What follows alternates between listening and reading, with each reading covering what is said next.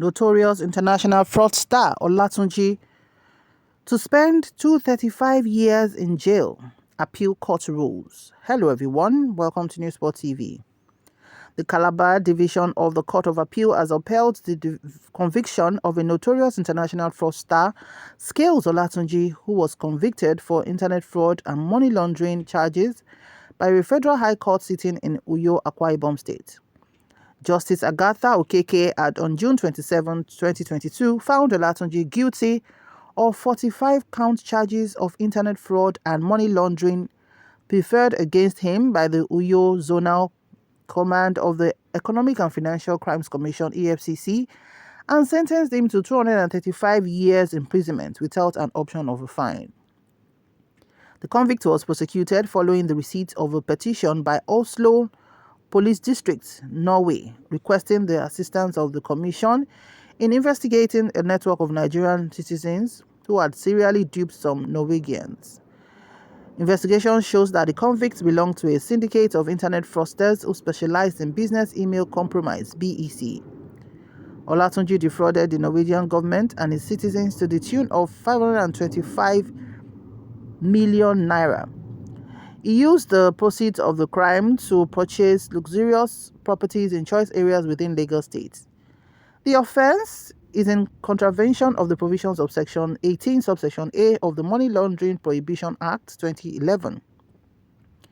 However, dissatisfied with the judgment, Olatunji approached the appellate court, where he raised 11 grounds of appeal and appraised the court to set aside the judgment of Justice Okeke.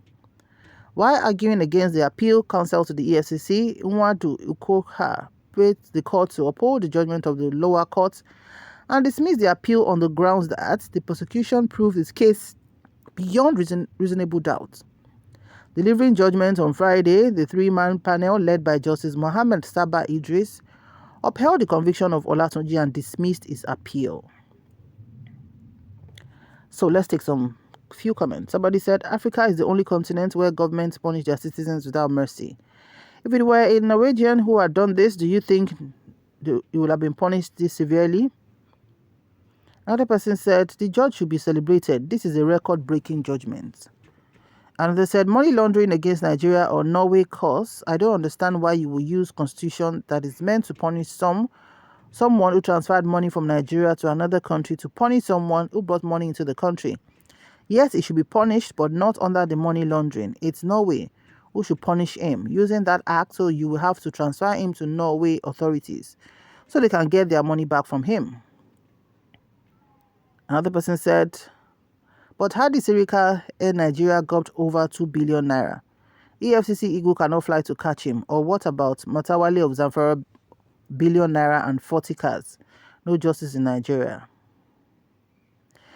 Another said, but this guy's corpse would have long decayed before he finishes his jail term. Or is he immortal? Another said, this is funny. His corpse will finish the sentence.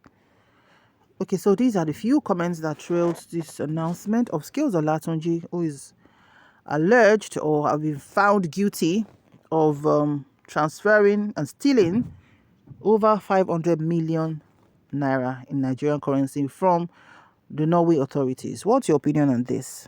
I think this is the longest sentence I've ever heard, 235 years, with a count charge of 45. I can imagine how many charges were actually broken down to make up to 45.